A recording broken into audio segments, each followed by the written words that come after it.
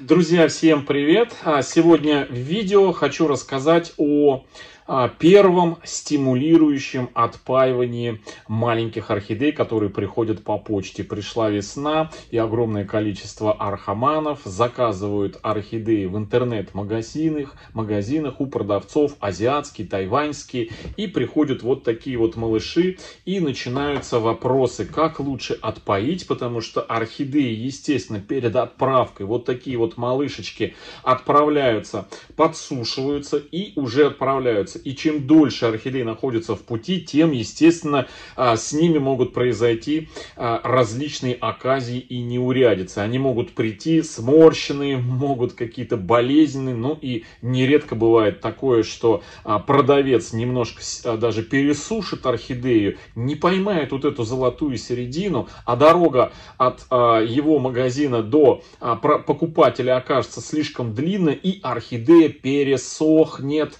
находясь в почтовой коробке. И вот, естественно, возникает вопрос, как орхидею лучше попоить, чем ее простимулировать и вообще сколько нужно воды лить в первый раз после распаковки. Вот сегодня я хочу подробненько на примере вот этих вот орхидеях, на примере еще другого размера орхидеи, заодно про размеры рассказать и, соответственно, на примере показать, каким средством я на сегодня пользуюсь, рассказать, каким средством я раньше пользовался и сколько и как я наливаю воду с тем или иным средством для первого полива, совмещая это со стимуляцией. Итак, друзья, начнем с того, что буквально мне вот сегодня пришла посылочка, я ее распаковал. Орхидеечки вот такие вот 3 маленькие. Это, друзья, размер 1,7.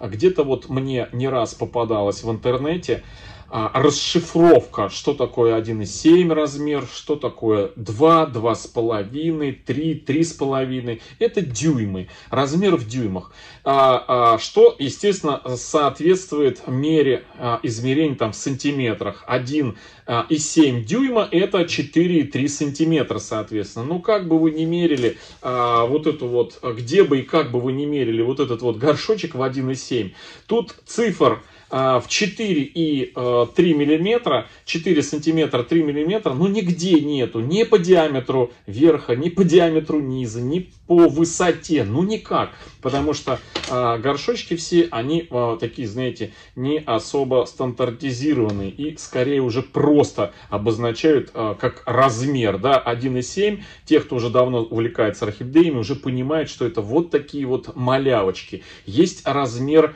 2,5, это вот такая вот орхидея. Я сейчас все для наглядности сперва вам покажу, чтобы вы понимали. Вот это вот, друзья, размер 2,5. То есть вот это 1,7, вот это 2,5. И самый большой размер, который присылают в полиэтиленовых вот таких горшочках, это 3,5. Вот. Для сравнения, друзья, что такое вот это вот 3,5? Это идентичный размеру горшок цветущей орхидеи, которые продаются в сетевых магазинах. Ну, в Леруа Мерлене, везде, в интернет-магазинах вот эти вот голландские красавицы, вот в таких вот стандартных горшочках. Это 3,5 дюйма. Что означает в сантиметрах от 9 до 12 сантиметров. Но, в принципе, здесь как раз-таки диаметр горшка, в принципе, вот если измерить ему вверх, то вот он как раз здесь стандартный вот этот пластиковый горшок европейский, он соответствует, вот диаметр верха его соответствует дюймом, то есть на 3,5 дюйма. И высота у него тоже около там 11,5, ну, 10,5 сантиметров. То есть, в принципе, соответствует. Чего не скажешь вот о более мелких таких размерах. Ну, вот посмотрите. Вот это 1,7, вот это 2,5, а вот это вот 3,5 дюйма. Размеры не всегда отражают размер самого растения, которое находится вот в этих вот горшках. Я не раз уже показывал, как в размере 2,5 бывают орхидеи, мы уже с вами распаковывали на нашем канале, меньше, чем вот это вот, которое сейчас сидит вот здесь вот в этом в 1,7 горшочке. Меньше, друзья, а по цене, соответственно, шло как уже подрощенное, крупненькое. В общем, друзья, вот такие вот размеры. И встает вопрос, сколько воды в первый раз отпаивать. Друзья, отпаивание — это важный момент. Нельзя ни в коем случае, я уже не раз об этом рассказывал, сразу заливать орхидею. Нужно ей сперва чуть-чуть. Это, знаете, сродни, когда человек несколько суток находился без воды в пустыне, да, у него все пересохло, он от жажды уже ему плохо, и вдруг он дорывается до источника с водой и начинает безудержно пить. Что в итоге получится? В большинстве случаев человек этот от переизбытка воды он погибает. Вот то же самое происходит, друзья, и с орхидеями. То есть, если их перелить, то им будет очень и очень плохо, и в большей степени корни могут у орхидей просто погибнуть. Вот так вот. Теперь, соответственно, возникает вопрос, каким количеством воды нужно наливать вот в эти вот емкости для того, чтобы орхидеи чувствовали себя более-менее в порядке. Вот на примере вот этих вот двух орхидей я сейчас все и расскажу и покажу. Эта орхидеечка у меня напоена, поэтому я ее отсюда сейчас уберу. Вот так в сторонку я ее брал для образца. Вот эту орхидейку, друзья, мы с вами прям вот пару дней назад получали, делали распаковочку на канале. Она уже у нас попила, но все равно я сделаю на ее примере, тоже покажу, как нужно наливать водички. Но для начала я приготовлю раствор, который помогает моим красоткам что делать? Восстанавливать дыхание, восстанавливать фотосинтез, преодолевать всевозможные стрессовые ситуации. А самое главное, друзья, это то, что этот препарат, который я сейчас буду в воду добавлять, он еще и обладает фунгицидными антибактериальными свойствами. И это, друзья, вот такой вот стимул. Раньше, когда его не было у нас в продаже, я применял в качестве стимулятора, и видео были у нас на канале, в качестве вот прям исключительно стимулятора, это тоник. Вот этот вот тоник для орхидей. Мы не раз с вами, у нас есть плейлист, который называется «Орхидеи из Азии от покупки до домашнего цветения». И вот там есть как раз видео антистрессовые, вот эти вот первые поливы после почты, где я в 2 раза разбавляю с водой, ну 1 к 1, там чайную или там столовую ложку тоника вот этого со столовой ложкой воды. И в поддончик мы поливаем вот эти вот орхидеи. Янтарная кислота, она является своеобразным антистрессовым таким средством, и плюс еще янтарная кислота, она начинает восстанавливать, в общем, принимает участие в фотосинтезе и его, скажем так, вот более-менее восстанавливает. Но есть минусы в этом способе применения вот этого тоника, то что мы не знаем орхидеи, мы не знаем, что там у нас внутри в этих горшочках, и нередко можно простимулировать какую-то патогенную среду, которая находится в горшках. Поэтому с янтарной кислотой, обязательно с тониками и любыми другими стимулирующими именно средствами при первом поливе нужно аккуратно. Если у вас нету стимула, конкретного антистрессового препарата с фунгицидными свойствами, конечно, лучше первый полив осуществить просто водой, без каких-либо добавок. Сколько нужно воды на вот эти вот орхидеечки? Ну, я уже рассказывал не раз, это лучше всего вот на такие вот маленькие, ну, где-то миллилитров 20. Этого для первого полива будет более чем достаточно. Вот сегодня мы полили, и через пару дней уже можно эти орхидеечки и поливать ну, скажем, уже более серьезно. Их можно уже и обрабатывать какими-то стимуляторами, да, их можно обрабатывать от болезней, их можно обрабатывать и от насекомых вредителей. В общем, после первого полива, вот этого важного, с орхидеями можно через пару дней делать все, что вот заблагорассудится. И вот этот первый полив, он как бы такой, как первый глоток, такой живительный глоток для орхидеи. Так, ну что, и сейчас я приготовлю вот этот вот стимул. Значит, у меня литр воды. Ну, мне вообще не литр нужно, а пол-литра вот на все это хозяйство, которое вы видите. Значит, по инструкции нам нужно 2 мл на пол-литра воды. Я беру одну ампулу.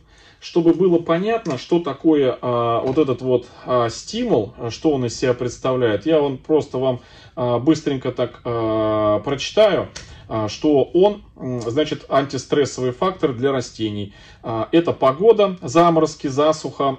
Вот засуха, что нам и нужно, да, переувлажнение, обледенение, ветер, стадии развития, цветение, завязывание цветов, плодов, созревание.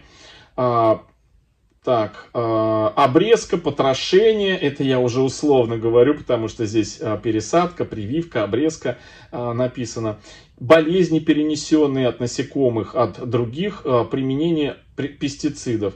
Препарат, вот внимательно слушайте, препарат быстро восстанавливает растения, добавляет правильных аминокислот, основы белков, синтез которых снижается в растениях при стрессе и восстанавливает рост, дыхание и фотосинтез. Плюс еще, но здесь не написано, это уже на сайте производителя написано, что он обладает за счет тех микроэлементов, которые добавлены к аминокислотам, он еще обладает фунгицидными, антибактериальными свойствами, что препятствует, немножко подавляют вот эту патогенную среду, которая находится или может находиться в горшочках. В общем, друзья, очень хороший препарат. У нас в магазинах он стоит 50 рублей.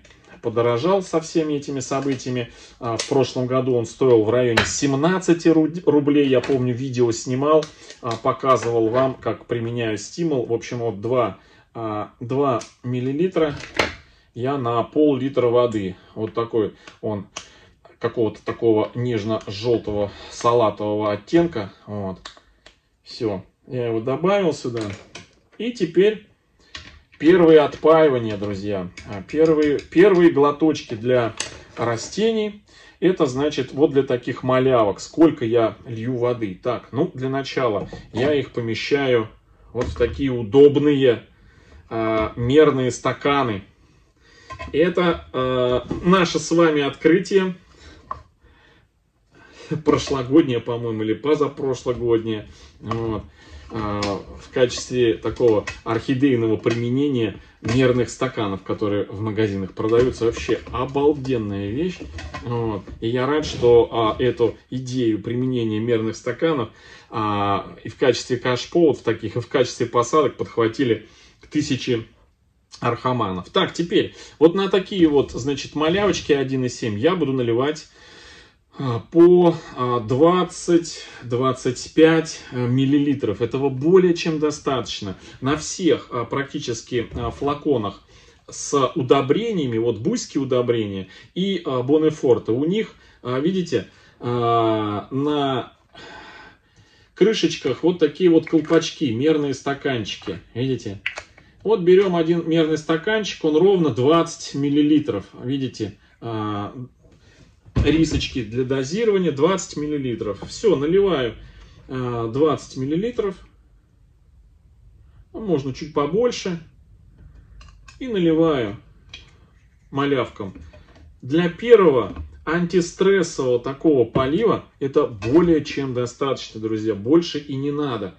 Почему? На первый взгляд может казаться, что налили вроде бы воды, да, вот этой вот. Сейчас буквально пройдет небольшое количество времени, и эта вода через вот эту дырочку внизу, она вся втянется, то есть раствор весь втянется в мох. Но при этом сверху вы будете чувствовать, что он сухой. Да, мох впитает этот раствор только в нижней части волокон. И лишь только спустя час, два, а может быть даже еще несколько часов, это зависит от самого мха, это зависит от его, насколько его уплотнили. Вот. Он распределится полностью по объему внутри этого горшочка и снабдит корни именно той дозой воды, влагой, какая ему нужна. То есть орхидея не перепьет, орхидея у нее не будет отеков на листьях, у нее не, скажите, корни не разорвет от избытка воды, волокна ткани не полопаются, да. Вот, смотрите, потихонечку впитывается. Вот. Этого будет достаточно. Для первого полива это будет достаточно. Через пару дней можно уже будет полноценно полить, долить еще. Но лучше это, конечно, уже делать с какими-то препаратами, делая профилактические всевозможные обработки. Вот для первого полива это более, видите, потихоньку впитывается. Вот. Мерный стаканчик. Все, 20 мл на вот такой вот объем 1,7. Естественно, для размера 2,5 вот таких вот стаканчиков нужно 2. Вот таких. То есть где-то 40-50 мл будет достаточно для размера 2,5. Вот он, размер 2,5. Для размера 3,5, соответственно, ну, наверное, где-то 3, ну, максимум 4 вот таких вот. То есть от 60 до 80, ну, максимум до 100 миллилитров. Это зависит от размера самого растения. Вот. Слон, значит, 4 таких. Вот. Если большое количество корней прям, то 4. Если все по минимуму, то 3 будет достаточно. Вот таких вот плошечки.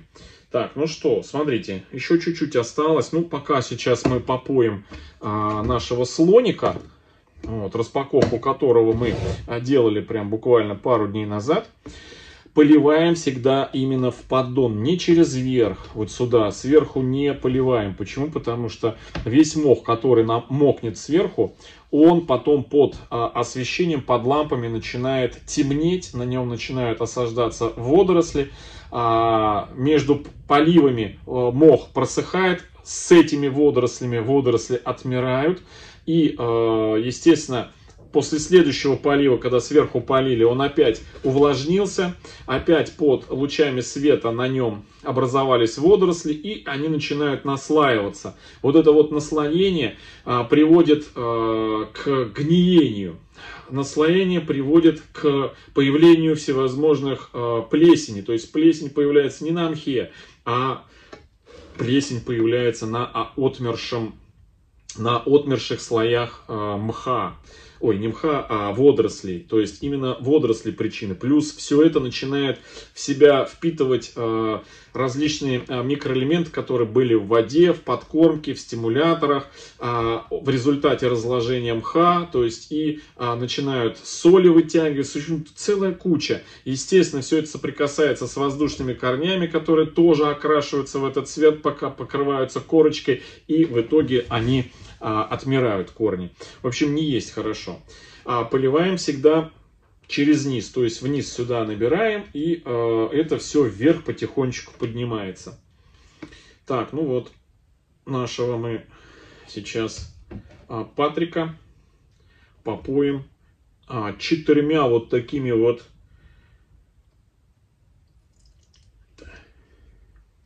раз.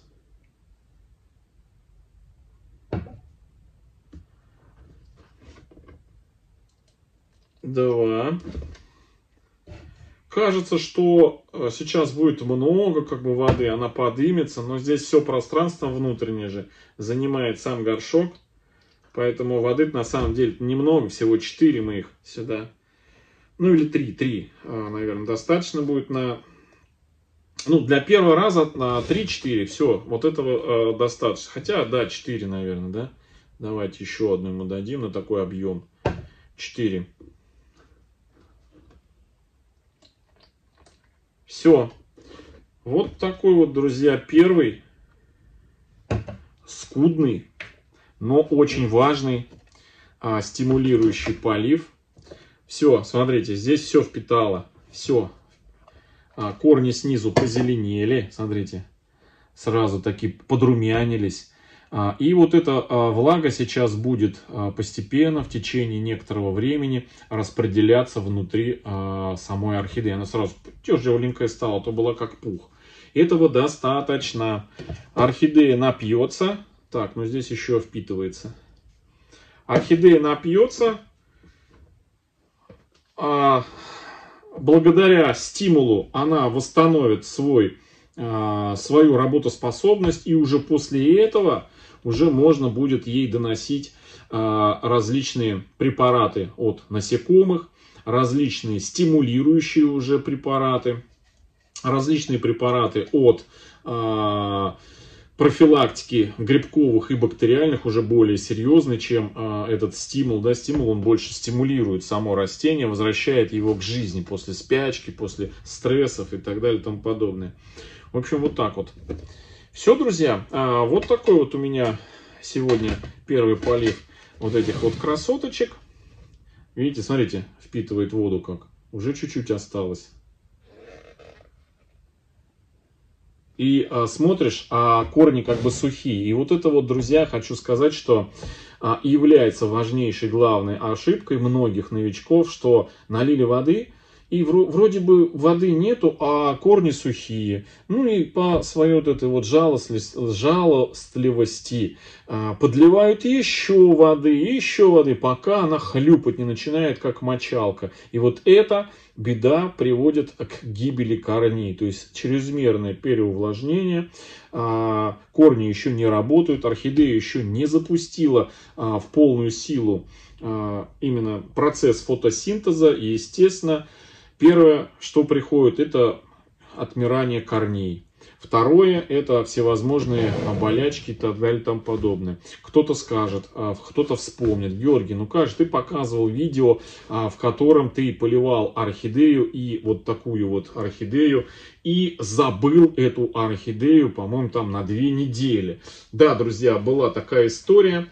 Я вам даже ее покажу сейчас, эту орхидею. Это было в позапрошлом, по-моему, году, или в позапрошлом году. Она вот так же вот росла. И я ее на 2 недели забыл. Вот, это... И я потом снимал видео о том, что делать с орхидеей, если ты ее забыл при поливе. Это, друзья, орхидея Golden Sand. Вот она. Вот, мы ее уже успели пересадить. Вот, я показывал, как вынимал орхидею из горшка, вот из этого, окутывал этот мох бумажными полотенцами, можно еще бумагой туалетной. Уже после того, когда я снимал видео о том, что я ее 2 недели забыл, на 2 недели забыл в воде, вот, так вот подливал, поил. Ну, не первый полив это был, а очередной полив был. Я наливал воды и забыл, короче, в воде ее. Вот.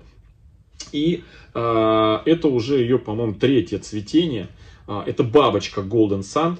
Она посажена полностью в мох. Вот, в мох. Мы ее потом пересаживали в мох. Буквально через неделю, наверное, 2 или 3 после того, как я ее перелил. И сверху здесь вот кора, чтобы мох не зеленел.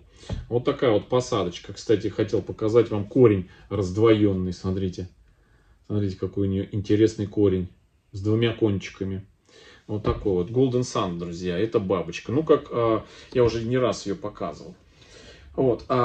И вот кто-то скажет: ну как же, вот ты же орхидею заливал ее водой, и с ней все хорошо. Друзья, эта орхидея, которую я сейчас показал, Golden Sand, она уже с хорошо разогнанным фотосинтезом. У нее уже корни и сама орхидея работают как насосы. Вода циркулирует, выгоняется. Естественно, я ее когда залил, она стояла под хорошим освещением, при хорошей, правильной температуре. Поэтому залитие это по большому счету двухнедельное или там 10-дневное на нее никак не повлияло. Плюс периодические обработки ее антистрессами всякими, стимуляторами. Кстати, вот это средство можно в период вегетации, роста орхидей в качестве дополнительно такого стимулирующего средства, антистрессового и усиливающего иммунитет обрабатывать раз в 2 недели. То есть без проблем. Орхидеи хорошо справляются, впитывают, и это им хороший такой толчок,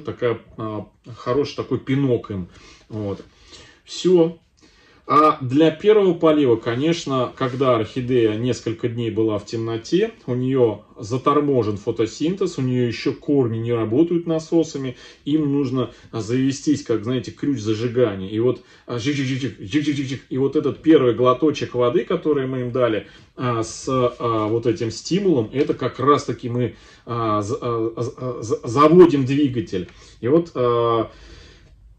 сразу же после вот этой вот процедуры двигатель начинает работать. И через пару дней уже с этими орхидеями, еще раз говорю, можно делать уже все оставшиеся процедуры. Все, посмотрите, вода вся впиталась одним и вторым.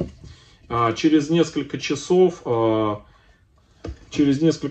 друзья, у орхидей все вот эти вот внутренности моховые, они уже будут влажные. То есть мох распределится, не мох, а вода распределится внутри горшка прям очень-очень хорошо.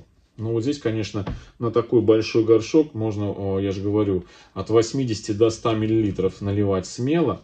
И все будет нормально с орхидеей для первого полива. Здесь хорошо впитывать, потому что мох уже после первого полива у меня уже намоченный был. Но я просто для примера показал. В общем, друзья, всем хорошего настроения, всем добра, здоровья. До встречи в следующем видео. Всем пока-пока.